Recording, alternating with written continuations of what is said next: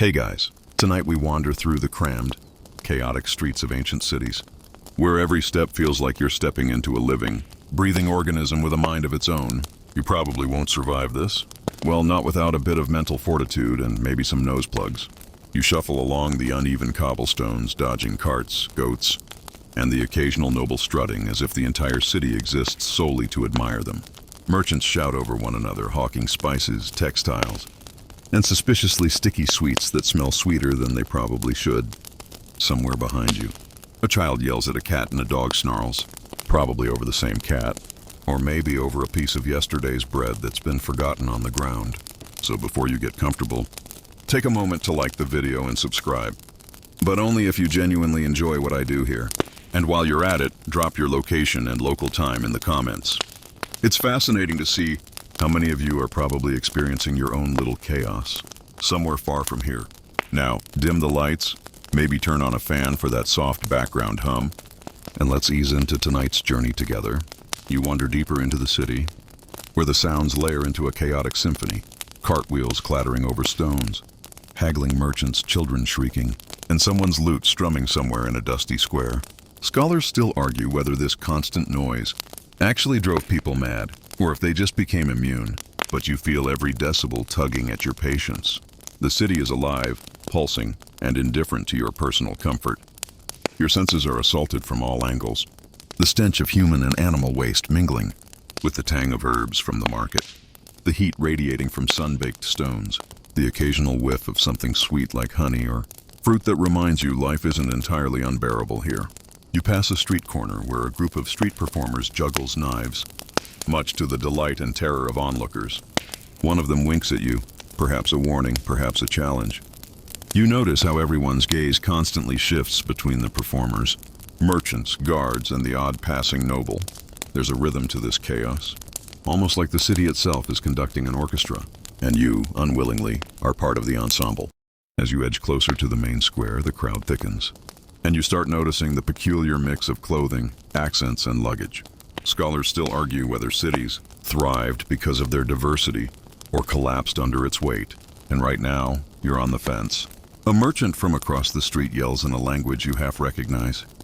Holding up a bright red cloth, you nod as if you understand, but really, you're just trying to survive without bumping into someone carrying a basket of eggs, or worse, an angry goat. Oddly enough, it's these little quirks, shouts, smells, unpredictable animals that will become the soundtrack of your journey tonight. Your eyes wander upwards for a brief respite. Ancient balconies and wooden overhangs cast shadows that dance with the late afternoon sun. Sometimes a woman leans out to hang laundry. Other times a man tosses a bucket down the street, not caring that someone, possibly you, might be below. You wonder if the city is intentionally cruel, or if everyone just becomes desensitized over time. Either way, you're learning fast.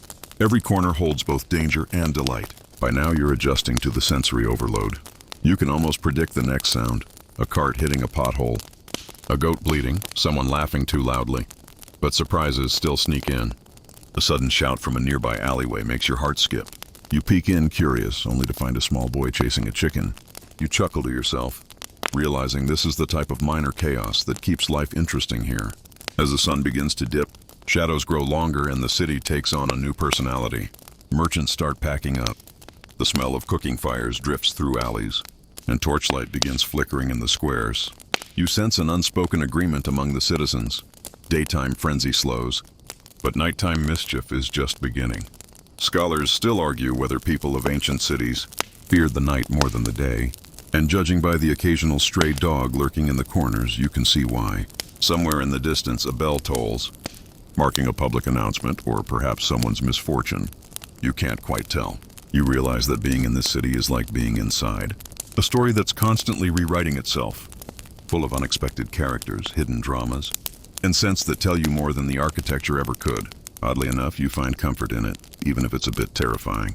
You begin to notice patterns. Certain alleys are safer, some merchants are friendlier, and there's always a rhythm to the chaos if you're willing to observe. By now, you feel your body settling into the pace of the city. Feet aching, senses buzzing.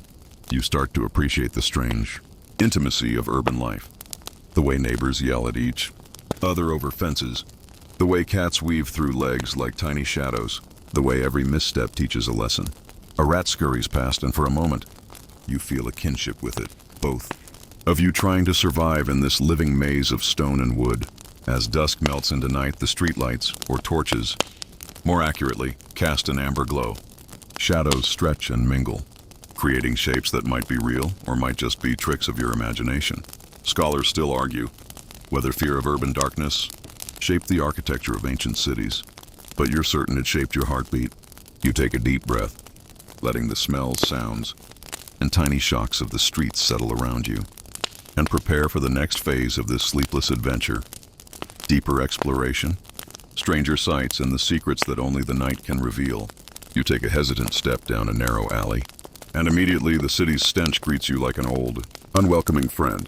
You thought the busy streets were overwhelming. This is a whole new level.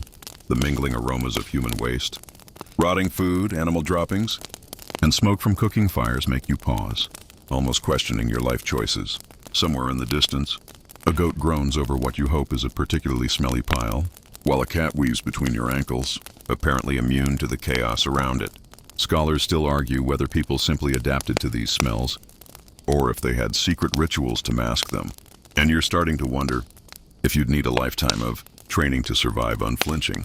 As you edge closer to a drain-covered alley, you notice how the city's architecture practically forces the refuse into the streets. Open gutters run along cobblestones, carrying away what you hope is someone else's mess. You step carefully, trying to avoid both human excrement and the occasional piece of moldy bread that someone decided yesterday was too old to eat. Oddly, there's a rhythm to it. Streams of liquid zigzagging down grooves. Rats darting in and out like tiny, hairy traffic conductors. The smell is overpowering, but your brain begins to filter it, almost like it's learning to accept the city's scent as part of the soundtrack. Vendors still shout, their voices straining above the melee. A fishmonger brandishes a particularly slimy cod, trying to convince anyone who passes that this is the freshest catch of the day. You recoil slightly, noting the curious combination of fish odor, mixed with baked bread and the lingering aroma of sweat from the crowded streets. Oddly, your stomach gurgles anyway, reminding you that survival sometimes overrides disgust. Somewhere in this mess, life thrives. Scholars still argue whether hygiene practices in ancient cities were more about practicality or social signaling. And standing here, you can almost understand the debate. You duck into a small side courtyard, hoping for a brief respite from the olfactory assault. But even here, life refuses to pause. Chickens peck around, a dog yawns lazily, and someone has dumped a bucket of something you hope is water, but fear is not. The smell is intense, but there's something almost comforting in the predictability of it. Every alley has its own flavor, every courtyard its own unique blend of urban decay. You realize that ancient cities didn't try to hide these odors. They embraced them as part of daily existence. As you walk, you notice people's strategies for survival.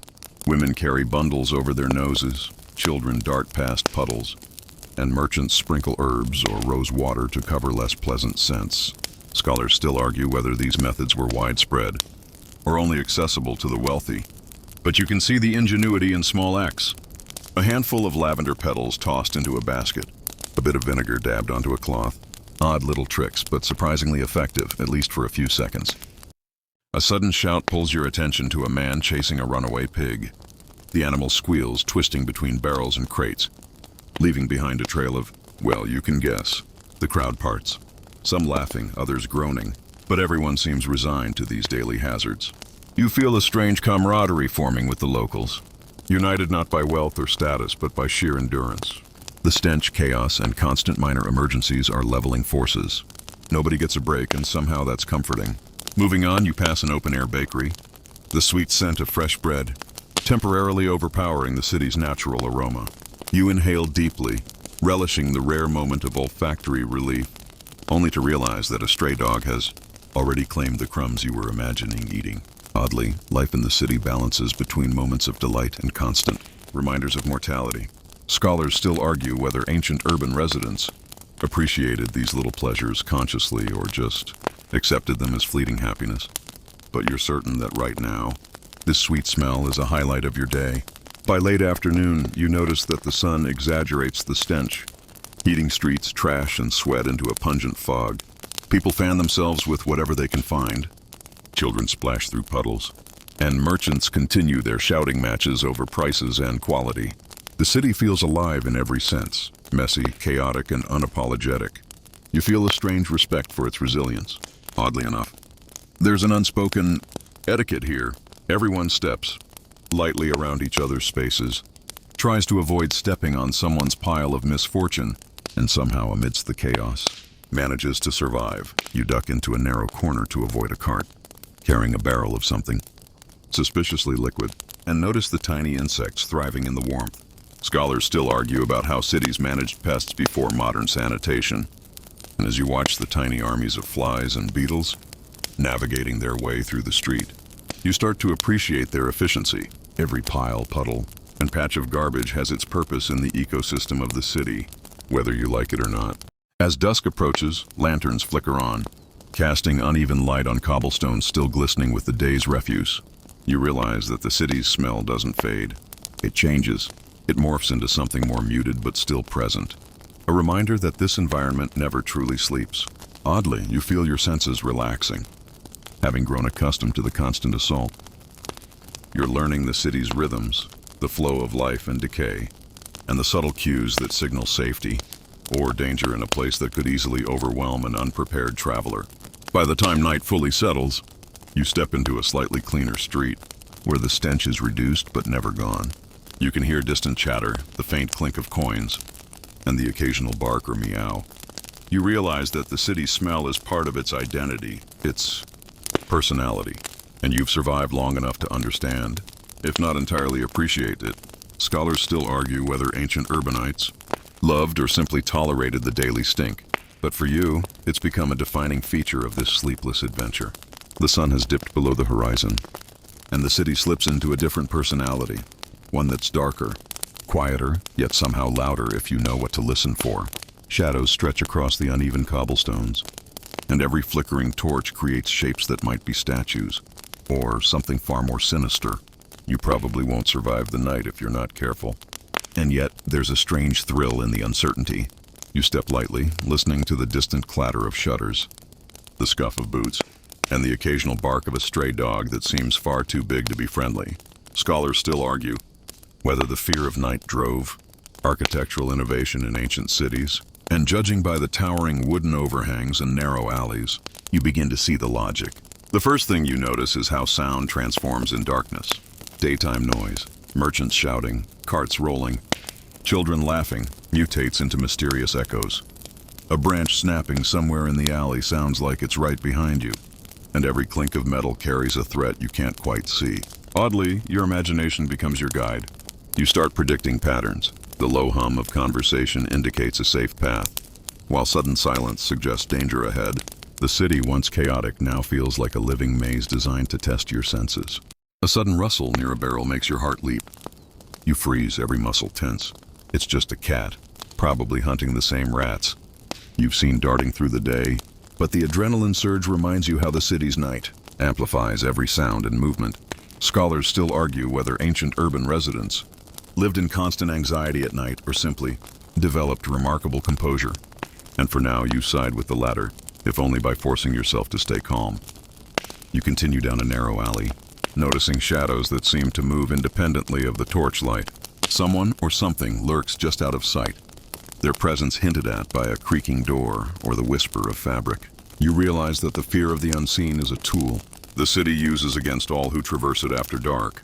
Oddly enough, this makes you hyper-aware of your surroundings, attuned to the rhythm of life that persists even when most people hide indoors. As you move toward the main square, night markets still buzz faintly, illuminated by lanterns and candles. The scents are now a combination of smoke, roasted meat, and earthiness, stronger in the cooling air. A vendor whispers about a mysterious tonic to ward off evil spirits, and you can't help but wonder if it works or if it's just a psychological comfort. Scholars still argue whether these night rituals served spiritual or practical purposes, and you begin to see a little of both. Turning a corner, you notice figures moving with deliberate stealth, thieves, street urchins, or maybe just bored nobles sneaking out for adventure. Their movements are precise, fluid, almost choreographed to avoid detection. You can't help but admire their skill, while simultaneously hoping they don't notice you.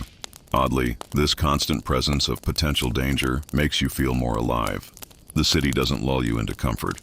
It forces you to pay attention, to anticipate, to react. Somewhere along the darkened alleys, a sudden scream slices through the night. You freeze, your heart thumping, trying to locate its source. It's brief, almost theatrical. And you wonder if it's an actual danger or just the city's version of entertainment. Scholars still debate how public fear and spectacle shaped social control in ancient cities. And hearing this in real time, you understand the effect. Tension, alertness, and a tiny thrill all rolled into one.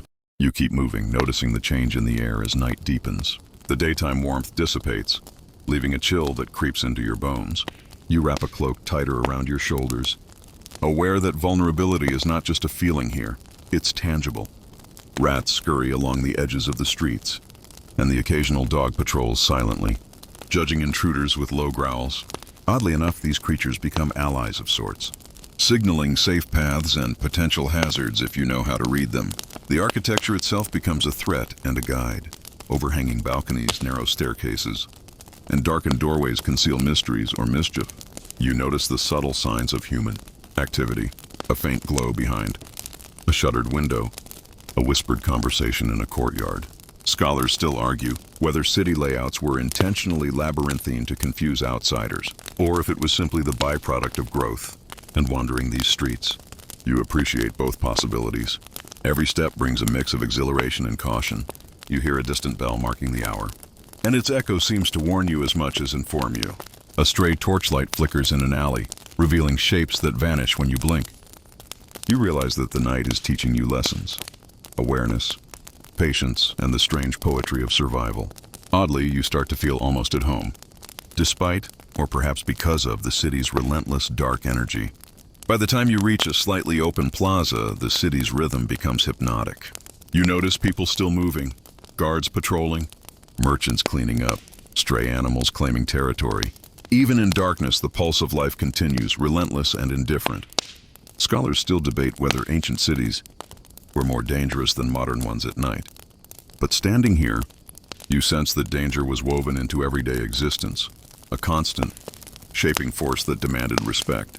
You take a deep breath, letting the mixture of sounds, smells, and shadows settle around you. You've survived the first true test of nighttime in an ancient city. Oddly, there's a strange comfort in knowing that fear, like the city itself, is part of life here. And as your eyes adjust, you realize that night isn't just a threat. It's a lens that reveals the hidden layers of urban life, the same layers that daylight obscures. As night deepens, you step into the main market square, and immediately the city's energy shifts. Even after sunset, commerce refuses to rest. Merchants shout over one another, their voices hoarse but relentless, advertising everything from silk scarves to pungent cheeses. You probably won't survive without your wits about you. Haggling here is both an art and a battle. Torches flicker, casting uneven light over wooden stalls, barrels, and crates, revealing the smallest imperfections in goods that are loudly declared perfect by the proud sellers. Scholars still argue whether marketplaces thrived because of social necessity or sheer human stubbornness.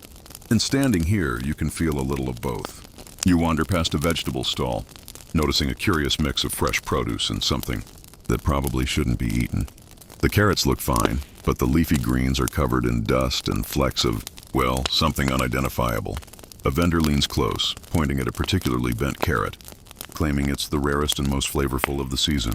Oddly, you almost want to believe him. A child runs past with a stolen apple, giggling, and the vendor swats the air, too polite to chase the thief, but clearly annoyed. These little interactions give the market a rhythm, a pulse that is chaotic but strangely familiar. Moving on, you encounter a fishmonger with a particularly loud voice, waving a slimy cod like a flag of triumph. The smell hits you immediately, fish mixed with the lingering scents of the city, creating an assault for your senses. You step back instinctively, but the vendor shouts, "Freshest in the city!" Better than the king's own.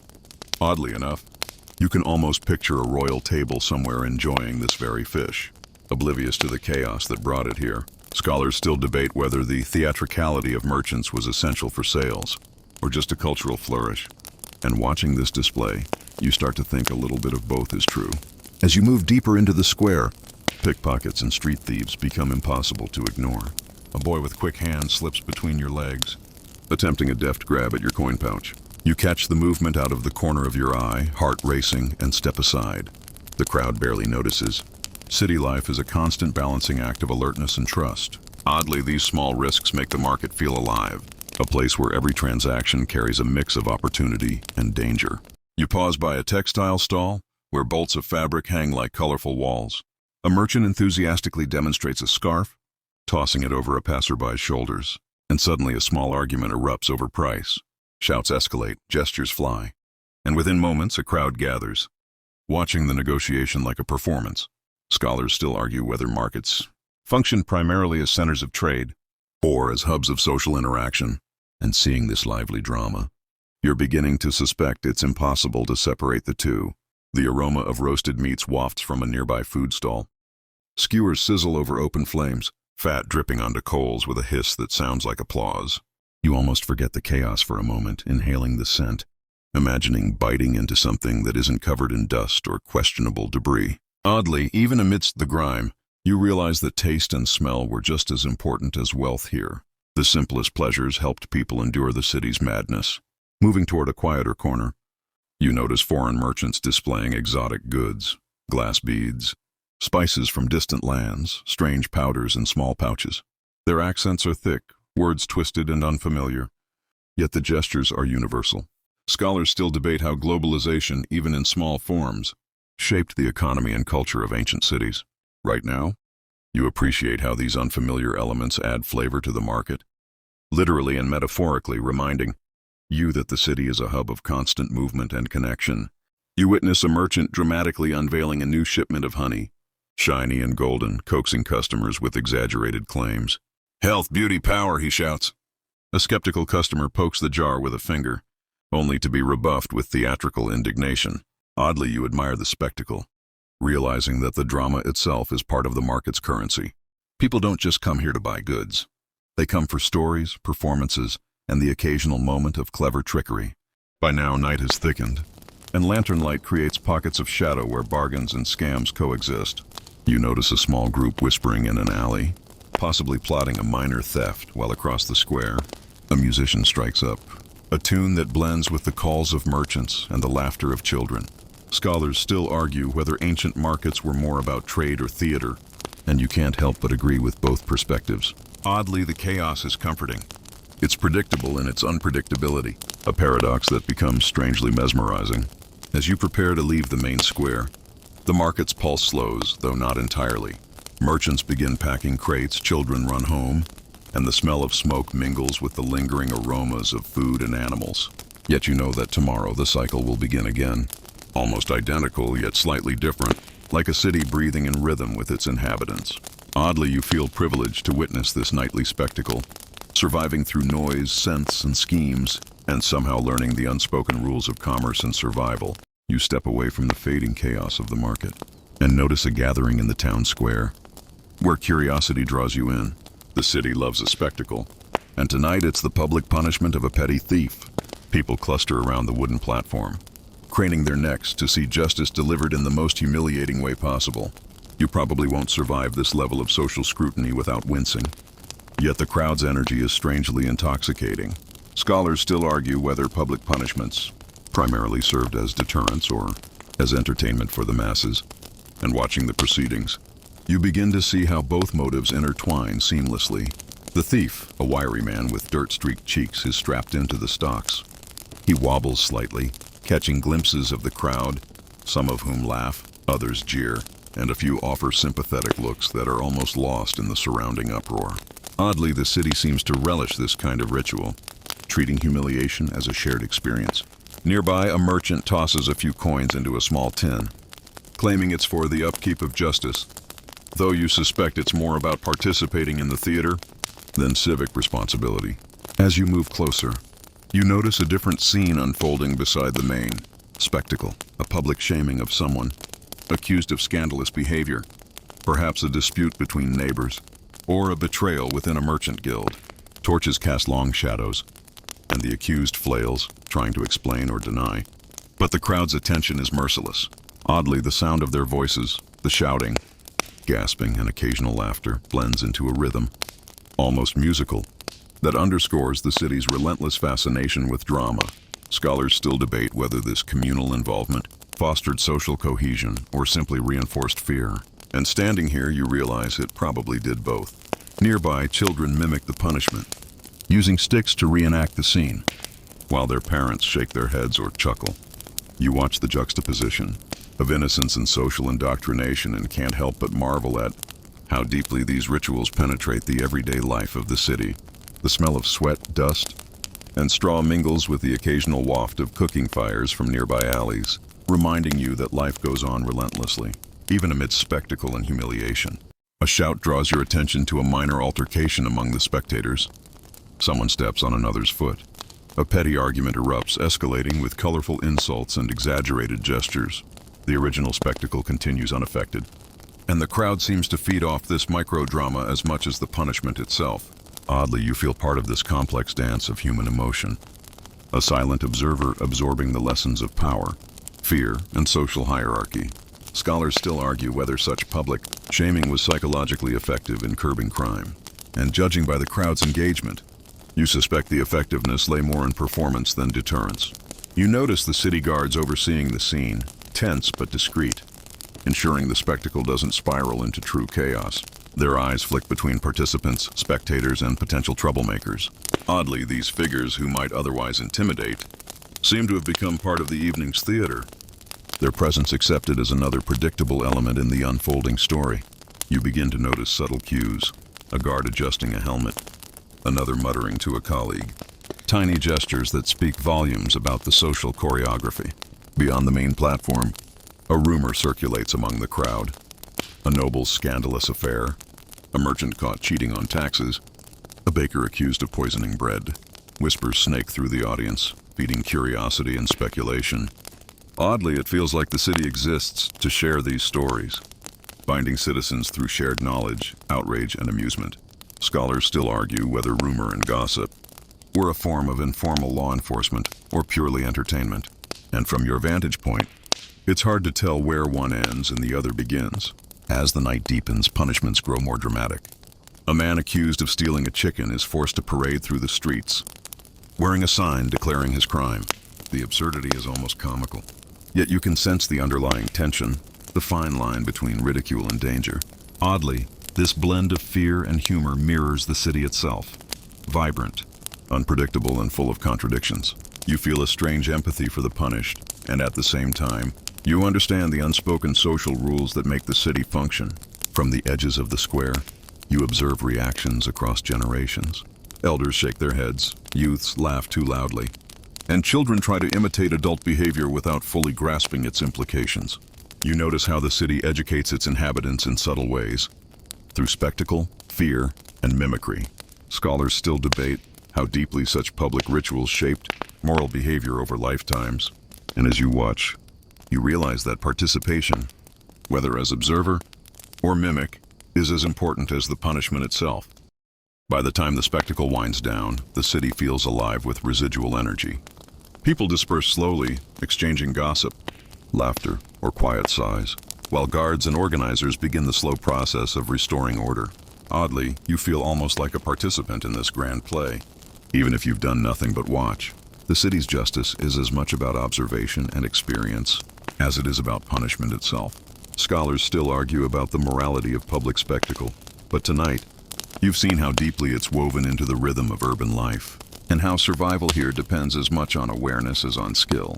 You step away from the square, reflecting on the city's appetite for drama, the human need for stories that reinforce norms, and the odd thrill of witnessing consequences unfold. The air smells faintly of smoke and sweat, but also of life that refuses to pause. Oddly, you feel more connected to the city, understanding that these public punishments are not just about the punished, they're lessons, entertainment, and social glue all at once. You realize that ancient cities weren't just physical spaces. They were living theaters, demanding participation, attention, and sometimes a strong stomach. You step cautiously into a quieter alley, but even here, the city's danger isn't just social, it's microscopic. Ancient cities were breeding grounds for disease, and you can feel it in the dampness, the refuse, and the constant presence of rodents. You probably won't survive unscathed if you linger too long. though modern immunity and imagination give you just enough distance to observe. Scholars still argue whether ancient urban planners were more concerned with aesthetics or public health. And standing here, it seems the answer leans heavily toward the former. The alley reeks of stale water, fermenting waste, and something vaguely sweet that you hope is fruit rather than decay. Rats scurry along the edges of gutters, their tiny claws tapping like percussion against the stones. Fleas, invisible but persistent, are everywhere. Oddly, their very presence tells you a lot about city life. Where humans, animals, and waste intersect, disease follows. You dodge a puddle that bubbles ominously, aware that every step is a calculated risk. Scholars still debate whether plagues were entirely natural or exacerbated by urban density. And walking these streets, you can understand how speculation would arise. You notice a woman carrying herbs in her apron, presumably as a protective measure. Lavender, rosemary, and a pinch of something unidentifiable hang from her belt. Oddly, even if it doesn't stop infection, the ritual seems to calm both her and the people around her. A small comfort in a world teeming with invisible threats. Nearby, a child coughs violently, and the mother swats him lightly, muttering something under her breath that you assume is either a prayer or a warning. The air feels heavy with both fear and resignation. Further down, the smell of a rotting carcass from an alley dumps into the street, attracting flies that swarm like tiny, buzzing clouds. You can't help but recoil, noting how residents here navigate around such hazards with surprising skill. Oddly, you admire their adaptability. Survival isn't just about skill with tools or negotiation, it's about developing a sixth sense for danger, visible or invisible. Scholars still argue whether ancient citizens were more resilient than modern ones, simply because they were constantly exposed. And watching them, you almost believe it. A sudden sneeze echoes from a nearby doorway, reminding you that contagion is everywhere. You realize that even touching the walls, the benches, or coins exchanged in the market could carry unseen risk. Oddly, this omnipresent danger makes the city feel alive in a different way. Predator lurking in plain sight, unseen but powerful. The mixture of fear and fascination begins to merge as you notice the city itself as a living organism, with its inhabitants part of the ecosystem. You pass a small bathhouse, steam spilling into the alley like ghostly tendrils. Its presence is reassuring, promising cleansing and minor relief from grime and disease. Though you know it's far from a cure, scholars still debate whether bathing practices were truly hygienic or more symbolic. And standing here, you see evidence of both. Some patrons scrub diligently, while others linger for social interaction and ritual. Oddly, even the partially effective cleansing seems enough to bolster morale, proving that perception can be as important as reality. As dusk turns fully into night, rodents and nocturnal creatures take the streets more boldly. Rats, cats, and even foxes navigate the alleys, scavenging for scraps. You notice a tiny ecosystem at play. Predator, prey, and human, coexisting in an uneasy truce. Oddly, it's mesmerizing, seeing the interconnectedness of life and decay in real time. Scholars still argue about the impact of these creatures on urban mortality, and witnessing it firsthand, you gain a visceral understanding of their role in history. A few steps further, you spot discarded medical implements, a blood-stained bandage, a crushed poultice, a cracked container of herbs. Someone must have tried to treat disease here, though the results are unclear. Oddly, these small traces humanize the struggle, showing the perpetual battle between life and illness. Scholars still argue whether ancient medicine was more about hope or efficacy, and standing here you realize it was certainly a mix of both.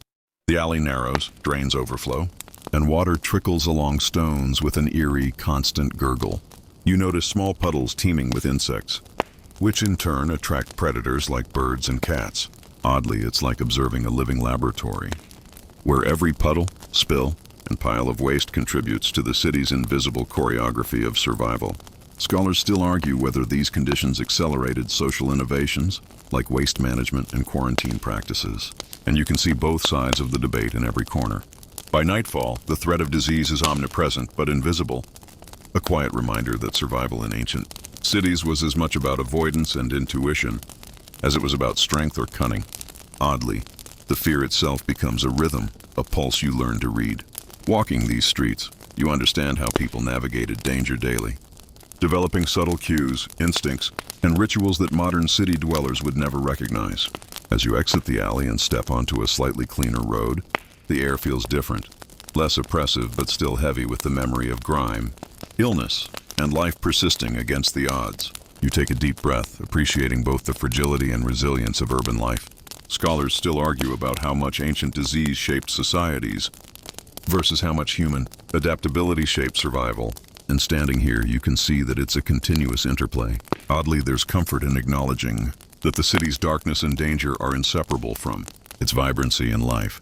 You leave the alleys of grime behind and wander into a part of the city that is less overtly dangerous, but equally alive, the hidden pleasures that the streets reluctantly reveal to those who know where to look. Taverns tucked between buildings, small bathhouses with steamy interiors, and shadowed courtyards offer a break from the chaos and the stench. You probably won't survive without at least a hint of indulgence. And tonight, you decide to follow curiosity rather than caution. Scholars still argue whether these spaces were morally corrupting or socially necessary. And standing here, you can see they were a mix of both, pleasure and survival intertwined. You step into a dimly lit tavern, the smell of roasted meat, spilled wine, and smoke hitting you immediately. Patrons sit on rough-hewn benches, talking, laughing, and occasionally arguing in loud bursts. A bard strums a lute in the corner, singing tales that blend myth and gossip. Oddly, the noise is comforting now, a background hum of life that contrasts sharply with the oppressive darkness of the alleys. You take a cautious seat on a bench, feeling the warmth of bodies and fire, realizing that even in the city's chaos, people find ways to carve out moments of safety and enjoyment. At a nearby table, a group of merchants plays dice, coins clinking with each throw. The stakes are small, but the tension is tangible. You notice the skillful sleight of hand, the occasional cheating glance, and the laughter that follows a lucky roll. Scholars still argue whether games of chance served as stress relief or moral temptation, and observing this, you begin to think it's both. Oddly, you feel a pang of nostalgia for such simple human rituals, even as a stranger observing from the shadows. The bathhouse across the street exudes steam and muted voices, offering another layer of clandestine city life. Patrons relax in pools of warm water, exchanging gossip, advice, or flirtatious whispers. The sound of splashing water mixes with quiet laughter, creating a rhythm that's almost meditative. Oddly, you find yourself drawn in, imagining slipping in for a moment of warmth and anonymity. Scholars still debate whether communal bathing was primarily hygienic or social, and you realize the answer might be in how little distinction mattered to the bathers themselves. You wander down a narrow passage leading to a courtyard, where lanterns glow over a small gathering of performers and audience members. A magician entertains with simple tricks, while a storyteller weaves a tale that elicits both fear and amusement. Oddly, the contrast between the city's harshness outside and this pocket of controlled chaos feels like stepping into a parallel universe, one governed by whimsy and shared enjoyment rather than survival. Scholars still argue about the role of public entertainment in social cohesion, and standing here, you feel its subtle power firsthand. From a window above, a noble's gathering spills into the street, candles flickering against ornate walls. Music, laughter, and the clink of goblets drift down, mixing with the aromas and sounds of the alleys below. Oddly, this glimpse of wealth and indulgence highlights both the disparities and the layered nature of city life. Some indulge freely, while others merely survive. Scholars still debate how visible luxury affected public morality, and you find it fascinating that such extremes coexist within arm's reach. In another corner, a clandestine meeting occurs in whispered tones, perhaps rebels plotting or merchants negotiating secret deals. You can't be sure. And that's the point. The city thrives on secrecy as much as spectacle. Oddly, this hidden world is comforting, because it proves that life persists even when danger and scrutiny are ever present. You notice how subtle signals, a nod, a flicker of candlelight, convey volumes, teaching you that observation is as vital as participation. You pass a street where music and laughter intertwine, vendors discreetly selling ale in small quantities to select customers. Scholars still argue whether the city's vices were tolerated out of necessity or indulgence, and watching this microcosm, you suspect it's both. Oddly, you feel that these hidden pleasures are as essential to survival as food or water, a secret lifeline for the weary and the curious alike. By late night, the city's hidden layers reveal themselves further. Courtyards hum with whispered conversations, small performances and clandestine indulgences. Even the shadows seem less threatening here, as if they recognize that some corners are meant for joy. secrecy, and minor rebellion against monotony.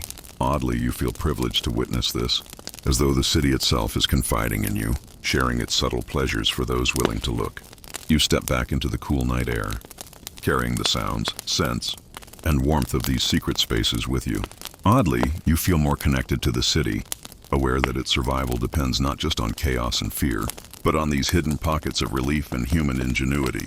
Scholars still argue about the balance between pleasure and danger in ancient urban life, and walking these streets, you realize that balance is what gives the city its pulse, its rhythm, and its enduring fascination.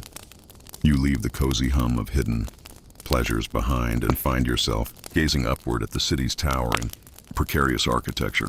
Balconies lean slightly, wooden beams creak, and rooftops seem to defy gravity. You probably won't survive a misstep here, but your curiosity drives you forward. Scholars still argue whether ancient builders prioritized aesthetics over safety, and standing beneath these overhangs, you understand the tension. Every structure is both marvel and potential hazard. The cobblestones underfoot are uneven, and the shadows from the haphazard rooftops stretch long, distorting perception and making every step an exercise in caution. A sudden creak above your head makes you flinch. A loose shutter swings in the wind, narrowly missing a passing merchant. Oddly, you can't help but admire the improvisational ingenuity that allowed these cities to grow so tall without collapsing entirely. Every nail, beam, and stone seems to have a story of adaptation and survival. Scholars still debate whether such structures were deliberately designed to intimidate or simply a byproduct of rapid urban growth. And standing here, you see evidence of both. You notice a narrow bridge connecting two buildings, worn smooth by generations of feet.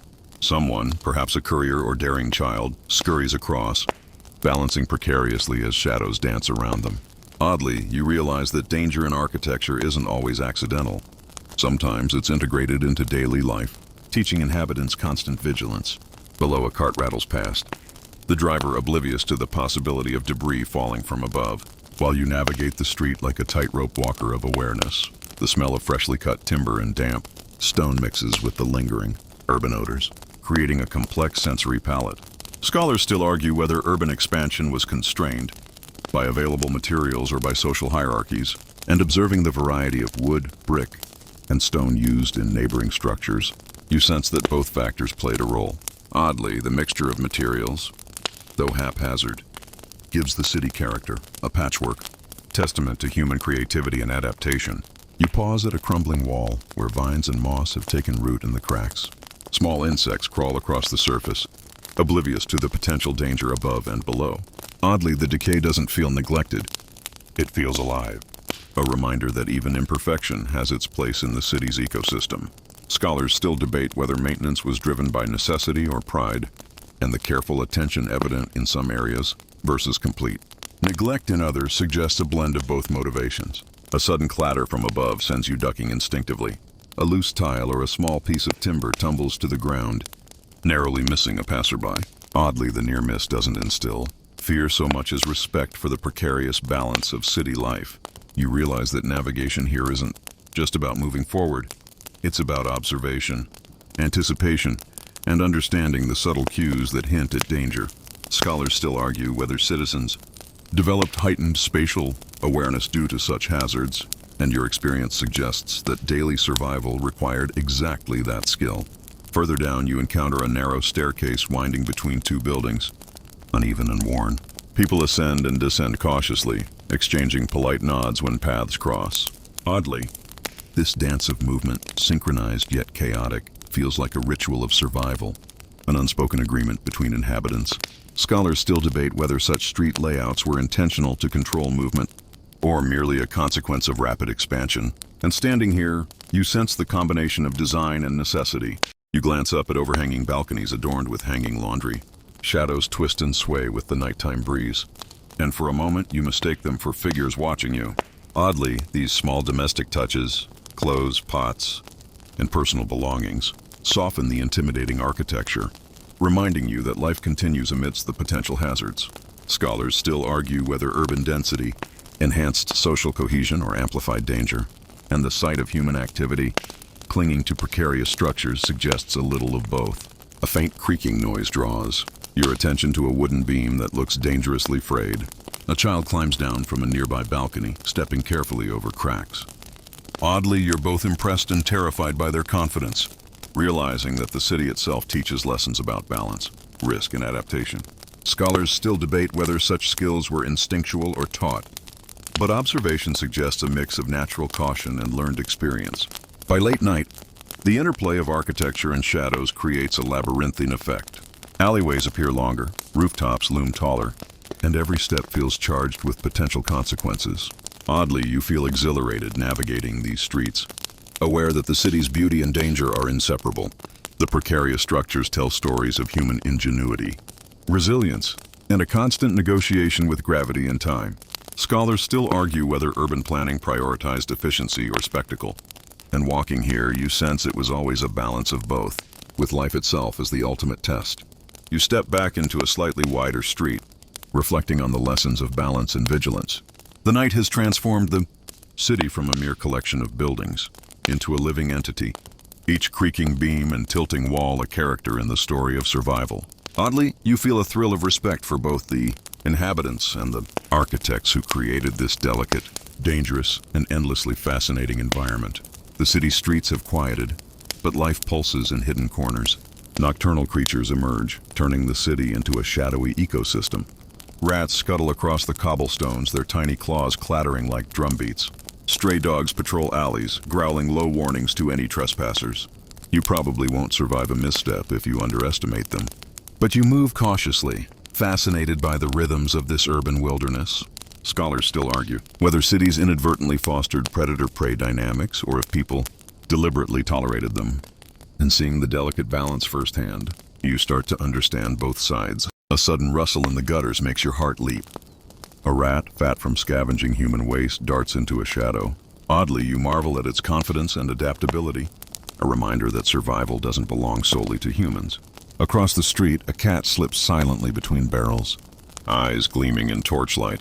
Scholars still debate whether domesticated animals in ancient cities primarily served companionship, pest control, or social status symbols. And watching this stealthy hunt, you suspect all three purposes overlap seamlessly. You hear a low growl from a nearby alley and freeze. A stray dog emerges, tail stiff, sniffing the air. You step lightly, giving it space. Oddly, its presence makes you hyper-aware, teaching you to read the city's hidden signals. Scholars still argue about the effect of urban wildlife on human psychology, whether constant vigilance improved instincts or simply amplified fear. Right now, your instincts sharpen with every heartbeat, each shadow and sound a vital clue for survival. In the distance, an owl hoots from a crumbling rooftop, its voice echoing through the narrow lanes. Oddly, the haunting sound blends with the city's nocturnal chorus, giving rhythm to the chaos. Rats freeze momentarily, dogs glance skyward, and you feel a strange connection to the unspoken hierarchy of this nocturnal kingdom. Scholars still debate whether the presence of birds of prey, naturally controlled rodent populations, and your eyes follow the owl's silent flight, imagining its role in this ancient ecosystem. You cross a small courtyard where stray cats lounge on ledges, eyes glowing in the dim torchlight. Oddly, they exude a sense of ownership over their territory, unbothered by human presence. The city seems alive in miniature, with each animal claiming space, scavenging for food and asserting dominance. Scholars still argue whether humans coexisted harmoniously with urban animals or merely tolerated them. And watching these small creatures navigate tight spaces, you can't help but see both harmony and tension. A sudden scrabble near a pile of garbage reveals a rat battle over scraps. Teeth flash, claws scratch, and a small cloud of dust rises. Oddly, the intensity of their struggle mirrors human conflicts you witnessed in the markets and squares. Scholars still debate the influence of visible animal behavior on human perception of survival and competition. And standing here, you realize that observing the city's wildlife offers lessons about vigilance, strategy, and resilience. Moving along, a fox slips into an abandoned alley, sleek and silent. Oddly, it feels like a ghost, almost unreal in its stealth. You notice that even in this city of humans, creatures have adapted, claiming niches and corners you'd least expect. Scholars still argue whether urban expansion encouraged predators to change behaviors or merely displaced them. And in the silent pursuit of the fox, you see both adaptation and compromise. You pause near a small fountain, where the glint of water attracts insects and birds alike. Frogs croak softly, unnoticed by most passers-by. Oddly, even this small scene feels alive with tension. Predators, prey and humans all coexist in precarious proximity. Scholars still debate whether water sources within city confines were more of a blessing or a hazard for disease and wildlife, and the fountain seems to embody that duality perfectly. As midnight approaches, the city's nocturnal pulse grows stronger. Rats, cats, dogs, and other creatures dominate hidden corners while humans tread lightly, avoiding both visible and invisible hazards. Oddly, you feel like an outsider and insider at once, an observer, learning lessons about adaptation, stealth, and survival from creatures far smaller, yet equally resilient.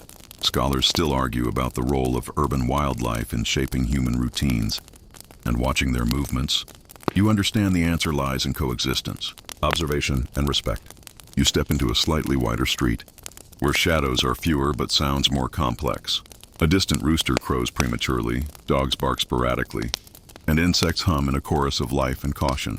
Oddly, you feel both tension and calm, aware that danger exists but is manageable if approached carefully. The nocturnal world of the city teaches that vigilance, patience, and subtle observation are just as important as strength or cunning. By the time you leave this shadowed district, the lessons of the night are clear. The city's predators, human or animal, shape its rhythms and behaviors, creating an ecosystem of survival and adaptation. Oddly, the constant threat has become comforting in a paradoxical way, providing structure and rhythm to otherwise chaotic streets. Scholars still argue about how much wildlife influenced urban planning, but walking through the alleys, you sense it was profound. The city's shadows hide more than just animals, they conceal human networks that thrive in secrecy. As you slip into narrower alleys, you realize you've entered a domain where whispers carry as much weight as swords. You probably won't survive a misstep without keen observation, yet your curiosity pushes you forward. Scholars still argue whether organized crime emerged from necessity or ambition, and standing here, you see both. Survival-driven alliances and audacious power plays coexisting in murky equilibrium. A group of cloaked figures huddles near a side entrance, speaking in hushed tones. Oddly, their language is a mix of code words, gestures and nods, unintelligible to outsiders but precise to insiders. You notice the subtle dynamics: who defers, who dominates, and who is tolerated. Scholars still debate whether these informal hierarchies were stable or fluid. And observing the fluidity here, you realize social survival depends as much on perception as on action. You pause as a young messenger darts past, carrying small bundles of coins and letters. Oddly, he moves like a phantom, aware of who watches and who ignores him. You begin to understand that information is currency here, more valuable than gold or weapons. Scholars still argue about the influence of communication networks on urban power. And in these alleys, the stakes are immediate. A misdelivered message could mean theft, betrayal, or worse. Near a crumbling wall, someone exchanges a secret package, barely visible under the torchlight. Oddly, the simplicity of the transaction contrasts sharply with its potential significance, reminding you that in this world, subtlety often outweighs force. Scholars still debate whether small-scale underground dealings shaped broader city politics. And watching this, you sense how micro-interactions ripple outward, affecting fortunes and fates. A scruffy dog lies across the path, eyes alert. Oddly, its presence seems tolerated by the figures. It serves as both warning and companion. Scholars still argue whether animals were deliberately trained for urban security or simply opportunistic. And the dog here embodies that ambiguity perfectly. Every glance it gives, every twitch of its tail, feels like a message. Be aware or be caught unaware. You notice graffiti etched into walls, symbols marking territory, allegiance, or past conflicts. Oddly, even these marks are ephemeral, subject to the city's constant flux, yet they communicate loudly to those who know. Scholars still debate whether such markings were social control tools or spontaneous acts of rebellion. And observing them, you see that both interpretations are valid simultaneously.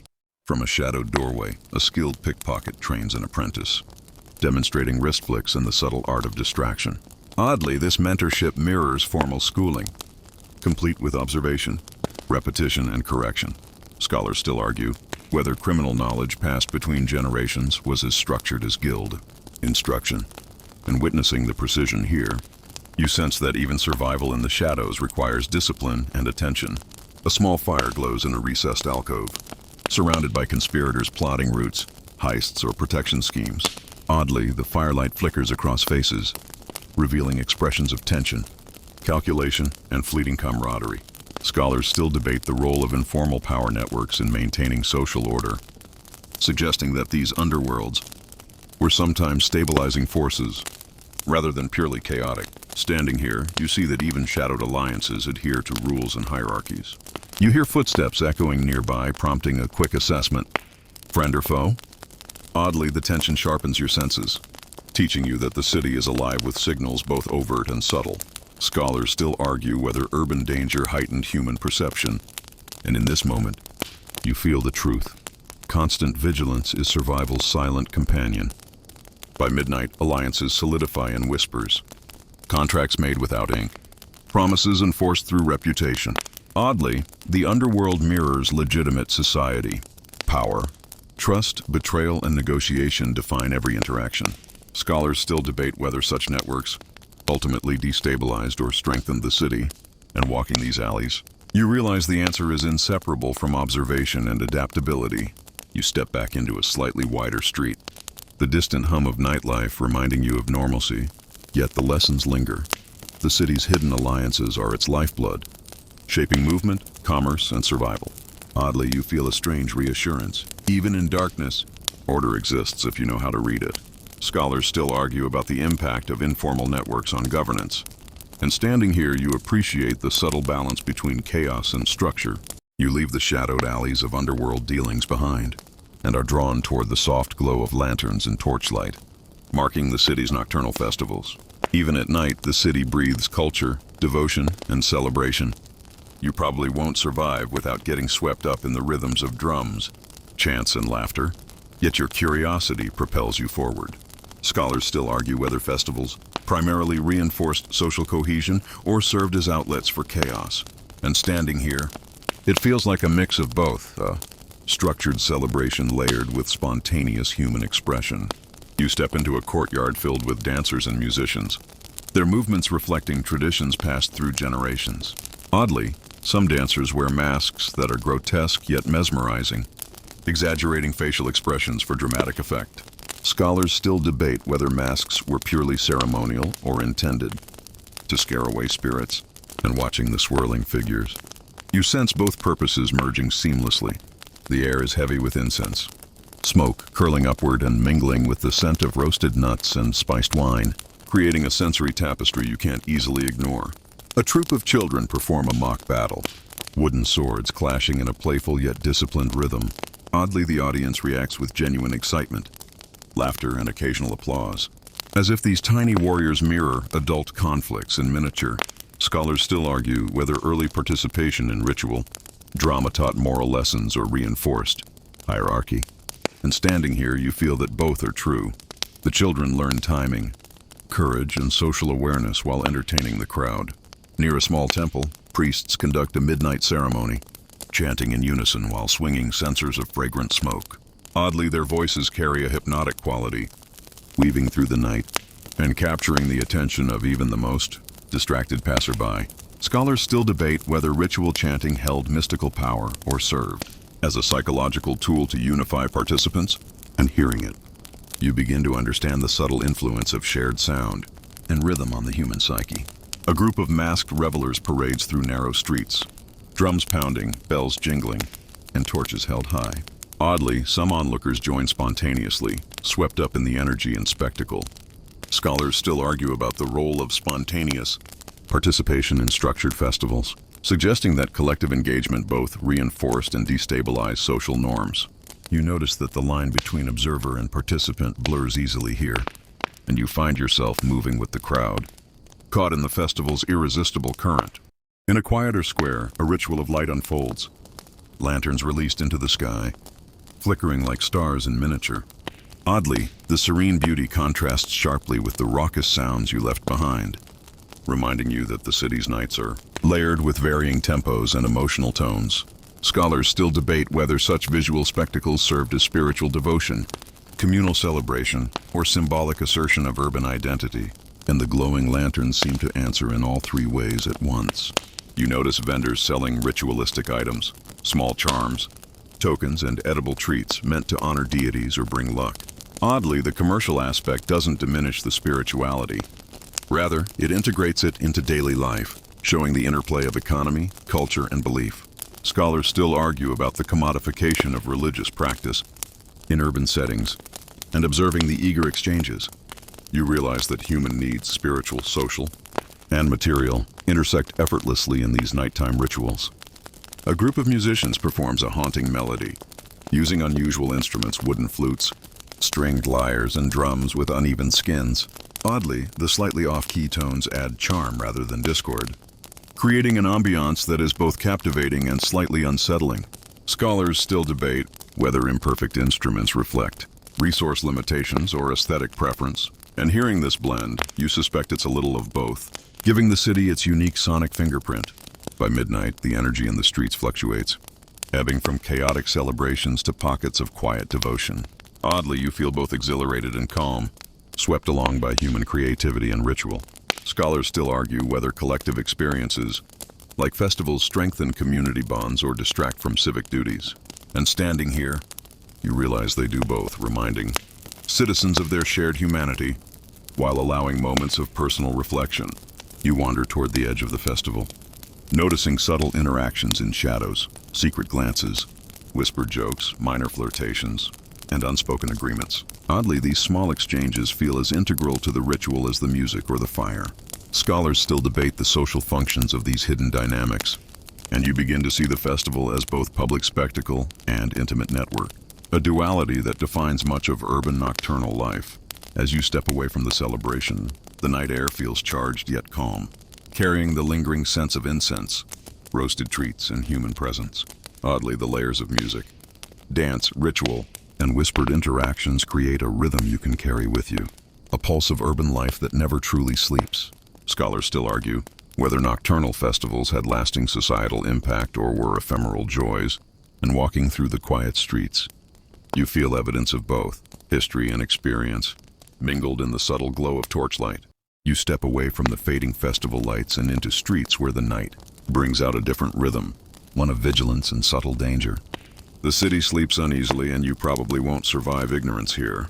Scholars still argue whether early urban policing was more about deterrence or performance, and observing the night watch, you begin to see how both purposes coexist. The cobblestones echo with distant footsteps, the occasional clink of coin, and a soft murmur of whispers, reminding you that crime and law enforcement are inseparable in the nocturnal cityscape. A group of night guards patrols the main street, lanterns in hand, wooden batons slung over shoulders. Oddly, their posture communicates authority and caution at the same time, commanding respect without provoking undue fear. Scholars still debate whether visible policing actually reduced theft, or merely maintained the illusion of control. And watching these guards, you notice how their presence alone alters human behavior. You glimpse a pickpocket slipping along the shadows, glancing toward the patrol. Oddly, the thief's confidence is balanced by constant calculation. Timing, positioning, and observation all dictate survival. Scholars still argue whether urban criminals relied more on skill or opportunity. And here you see both in equal measure the careful navigation of risk and the instantaneous exploitation of chance. A sudden shout pierces the night, followed by rapid footsteps. A petty thief has been caught trying to snatch a coin purse. Oddly, the city reacts in a mix of indifference and curiosity. Some bystanders glance, others continue their path, and a few follow discreetly to witness justice unfold. Scholars still debate whether public punishment or private reprimand was more effective, and the nuanced responses of the crowd suggest a combination of moral theater and practical enforcement. Near a dimly lit alleyway, a drunk merchant argues with a shadowy figure over a stolen bundle of goods. Oddly, the dispute escalates with gesticulations and muted threats, yet no one draws a weapon. Scholars still debate whether social pressure or fear of retaliation kept petty criminals in check. In watching this subtle negotiation, you begin to understand the city's intricate self-regulating mechanisms. You notice small markings on walls and door frames, symbols warning potential thieves of vigilance, traps, or alliances. Oddly, even these coded signs carry a psychological weight, guiding behavior without overt action. Scholars still argue whether informal warning systems were more effective than formal policing. And in these streets, you see that they coexist seamlessly, each reinforcing the other. From a balcony, a guard signals to a colleague with a subtle whistle, coordinating patrols without disturbing residents. Oddly, the precision of these silent communications mirrors the movements of urban predators you observed earlier. Scholars still debate the sophistication of early night watch systems. And observing this coordination, you realize that strategy and improvisation were equally crucial. A rogue dog barks at a shadowy figure passing nearby, momentarily distracting both thief and pursuer. Oddly, the presence of animals serves as an unintentional extension of the city's policing, alerting humans to unseen movements. Scholars still argue whether urban wildlife contributed meaningfully to public safety. And here the evidence is subtle but undeniable, a natural ally to the night watch. You pass a small square where a dispute over stolen food turns into a shouting match, drawing attention from nearby guards. Oddly, the escalation is brief, resolved more by display of authority than physical intervention. Scholars still debate whether intimidation was as effective as punishment in maintaining order. And watching this microdrama, you see that perception often outweighs action. By midnight, the city hums with layered vigilance. Guards, thieves, merchants, and civilians all navigate unseen rules, balancing caution with routine. Oddly, this delicate choreography is invisible to most, yet essential to survival. Scholars still argue about the long-term effects of informal policing on urban development, and as you weave through these streets, you begin to see a city functioning as a living organism, with every participant contributing to its rhythm and balance. You step onto a quieter lane, reflecting on the dance of crime and law enforcement. The night guard's lanterns cast long shadows, but the city itself seems to embrace both light and dark, order and chaos. Oddly, you feel comforted by the knowledge that structure exists, even amidst potential peril. Scholars still debate whether fear or respect was the true foundation of urban control. And standing here, you sense it is always a combination of both. Delicate yet enduring, you leave the watchful streets behind and notice a group of travelers entering the city under the cover of night. Their cloaks obscure their faces, and each step echoes uncertainty and purpose. You probably won't survive a lack of caution in judging strangers, but curiosity keeps you moving closer. Scholars still argue whether transient populations brought innovation or risk to urban centers. And observing these figures, you see both new goods, ideas, and occasional mischief blending into city life. A merchant from distant lands struggles with a heavy cart, calling softly for assistance. Oddly, his language is unfamiliar, a mix of accents and gestures that communicate meaning more than words. You notice locals nodding, helping, yet glancing around warily. Scholars still debate whether trade routes increased social mobility or facilitated crime, and witnessing this small transaction, you realize the interplay of necessity and caution governs every interaction. A mysterious cloaked figure pauses at an intersection, scanning the streets with keen eyes. Oddly, their presence feels simultaneously threatening and captivating, like a character from a story you weren't meant to witness. Scholars still argue whether enigmatic visitors inspired local legends or practical suspicion. And watching the figure slip silently into an alley, you feel the city's pulse quicken, aware of hidden narratives unfolding all around. In a narrow lane, a caravan of performers arrives, their lanterns swaying, drums echoing faintly. Oddly, even in darkness, their presence transforms the space. Shadows dance, whispers spread, and the city feels alive in new ways. Scholars still debate whether traveling entertainers contributed more to culture or chaos. And witnessing their setup, you notice both the enrichment and disruption they bring. A stranger exchanges coins with a local vendor, trading exotic spices and curious trinkets. Oddly, the brief contact tells a story larger than commerce, trust, assessment, and negotiation distilled into a single motion. Scholars still argue whether such interactions accelerated urban cultural blending or reinforced divisions. And seeing the careful observation on both sides, you feel the delicate balance in play. You notice a small group of travelers consulting maps, gesturing toward streets and alleys you've already walked. Oddly, they seem both lost and confident, aware of their ignorance but determined to explore. Scholars still debate whether wayfinding skills in crowded cities were innate or taught. And observing them, you realize survival often depends on learning from those who came before. A shadowed figure hands a sealed letter to a waiting messenger, the exchange quiet yet deliberate. Oddly, it feels like a secret thread weaving through the city's tapestry, linking people across distance and intention. Scholars still argue whether covert communication influenced politics or commerce more, and you sense both in the subtle transfer of information. In a quiet square, a lone traveler sits eating from a small pot, eyes scanning passersby. Oddly, even this mundane act carries significance. Posture, gaze, and choice of seat reveal caution, experience, and perhaps storytelling. Scholars still debate whether observation or interaction mattered more for newcomers, and you realize the answer is always a careful mixture of both. You hear footsteps approaching from behind. A merchant carrying a rare animal in a small cage. Oddly, the creature's nervous movements mirror human tension, caution, adaptation, and survival instincts echoing across species. Scholars still argue whether urban animals influenced social dynamics, and the bird's anxious fluttering becomes a subtle lesson in vigilance for everyone around. By midnight, the city thrums with the quiet energy of strangers, each one leaving impressions, some fleeting, some enduring. Oddly, you feel a sense of connection to this transient pulse, realizing that newcomers constantly reshape the rhythm of urban life. Scholars still debate whether travel invigorated or destabilized cities. And standing here, you understand it's always both. A balance of curiosity, risk, and opportunity. You step back onto a familiar street, reflecting on the interplay between locals and visitors.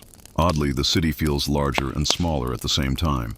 Larger in stories, trade, and mystery. Smaller in shared routines, observation, and subtle codes. Scholars still argue about the long-term influence of transient populations, and walking these streets, you sense their subtle yet powerful imprint on the life and soul of the city. As you move deeper into the city, the night thickens with rumors and unseen dangers. Every shadow seems to carry a story, every flickering torch a hidden warning. You probably won't survive ignoring what whispers in the dark, yet you advance, drawn by curiosity.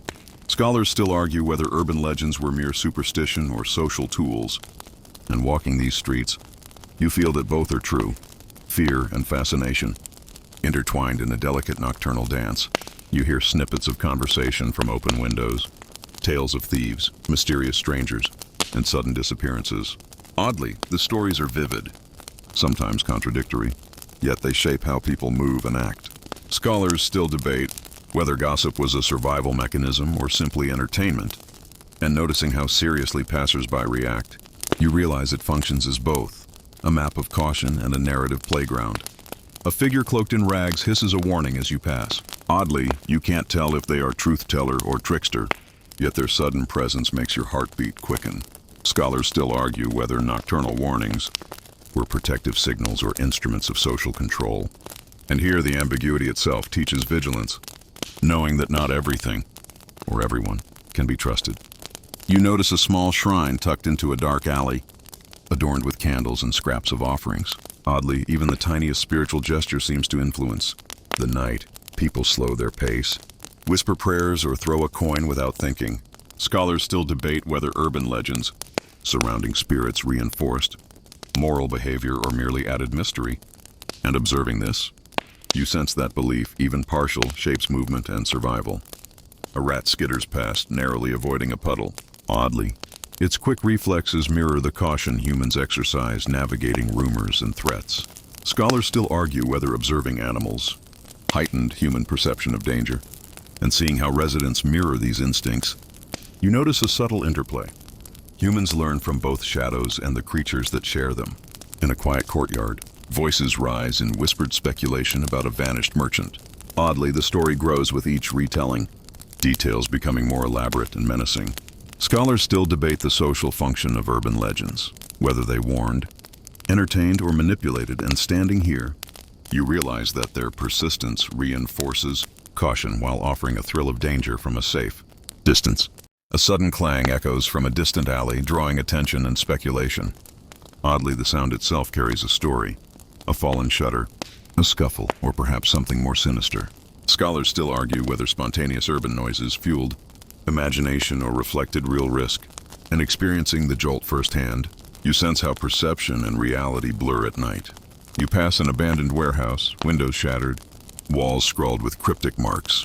Oddly, this derelict place feels alive with rumor and possibility, inviting curiosity and wariness in equal measure. Scholars still debate whether neglected urban spaces were incubators for crime or misunderstood cultural activity. And walking past, you feel both potential danger and silent fascination coexisting. A young street urchin whispers about a phantom that haunts the alleys. Oddly, you're not sure whether the fear is real or a performance, yet you instinctively step lighter, listening closely. Scholars still argue about the psychological impact of urban myths, and in this tense moment, you realize their power, shaping movement, heightening senses and controlling behavior without force. By midnight, the city becomes a tapestry of danger, myth, and observation. Oddly, every rumor, every flicker of light, every hushed conversation adds texture to the night, teaching lessons in caution and awareness. Scholars still debate whether fear and urban legends enhanced survival or simply entertained, and walking through these layered streets, you feel both, a heightened sense of alertness paired with fascination and wonder. You step into a slightly wider road, reflecting on the nocturnal lessons. Oddly, the balance between real and imagined danger has sharpened your senses. Shadows are more meaningful, sounds more informative, and movement more deliberate. Scholars still argue about the role of fear in social order.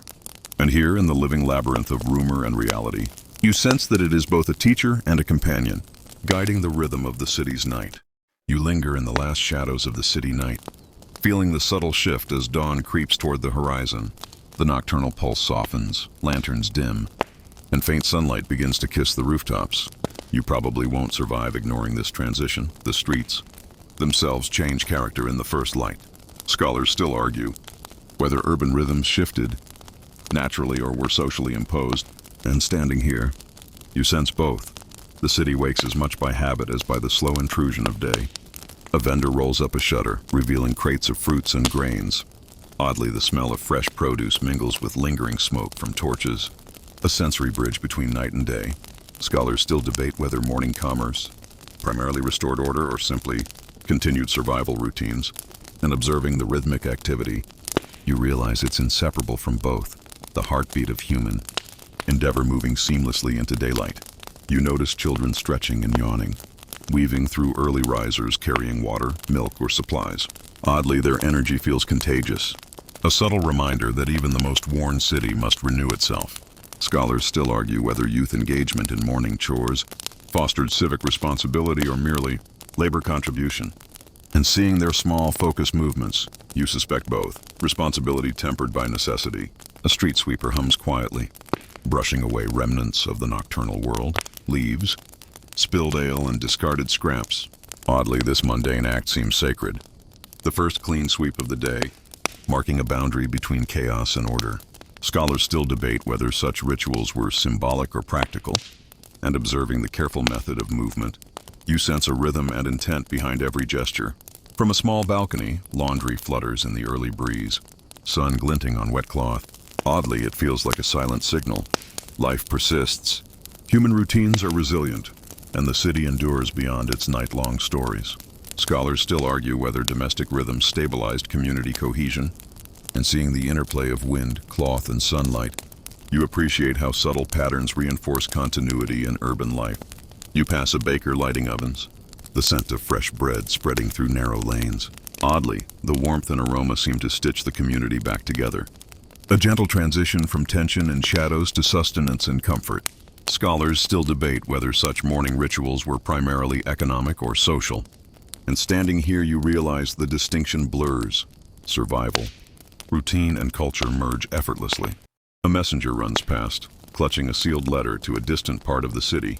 Oddly, the urgency of movement mirrors nocturnal stealth, yet is bathed in the confidence of daylight.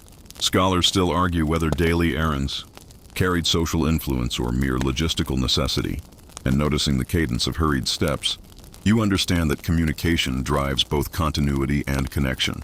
By early morning, the city hums with layered life, a blend of shadows lingering from night and sunlight spreading across rooftops. Oddly, the memory of hidden pleasures, nocturnal dangers, festivals, and rumors remains vivid, layering the dawn with experiences that will shape perception for hours to come. Scholars still debate the impact of nocturnal rhythms on daytime behavior. And standing here, you sense the lessons of vigilance, observation, and adaptation imprinting themselves quietly on the day. You wander along a bridge overlooking a small river, water glinting in pale sunlight. Oddly, reflections shimmer like memories of the night. Alleys, creatures, secret meetings, and whispered stories flicker across the surface. Scholars still argue whether reflective observation encourages learning or nostalgia. And you feel both. A moment of pause where the city teaches through memory, light and subtle revelation. Finally, as the sun climbs higher, streets fill with merchants, citizens, and animals, the city alive in its usual complexity. Oddly, you feel a gentle satisfaction. Having wandered through shadows, secrets, and rhythms, you understand the city more deeply. Scholars still debate whether night or day defines urban character. And perhaps the answer is both. A continuous dialogue between darkness and light, danger and comfort, mystery and routine. You step back, taking a deep breath, aware that the night's lessons linger. Oddly, the city feels both familiar and transformed. Every creaking beam, whispering shadow, and hidden corner now part of a larger story you carry within. Scholars still argue about the lasting influence of nocturnal life on urban culture. And in this moment, you realize the answer lies in experience, observation, reflection, and the subtle guidance of night itself. The city exhales, stretching its limbs as sunlight warms stone and timber. You feel the residual hum of the night in your chest, a gentle vibration of unseen alleys, hidden courtyards, and secret conversations. Oddly, there is comfort in remembering the shadows, the cautious steps of rats, the whispered words of cloaked figures, the laughter echoing through moonlit squares. The world seems both vast and intimate. Every street a lesson in vigilance, curiosity, and quiet marvel.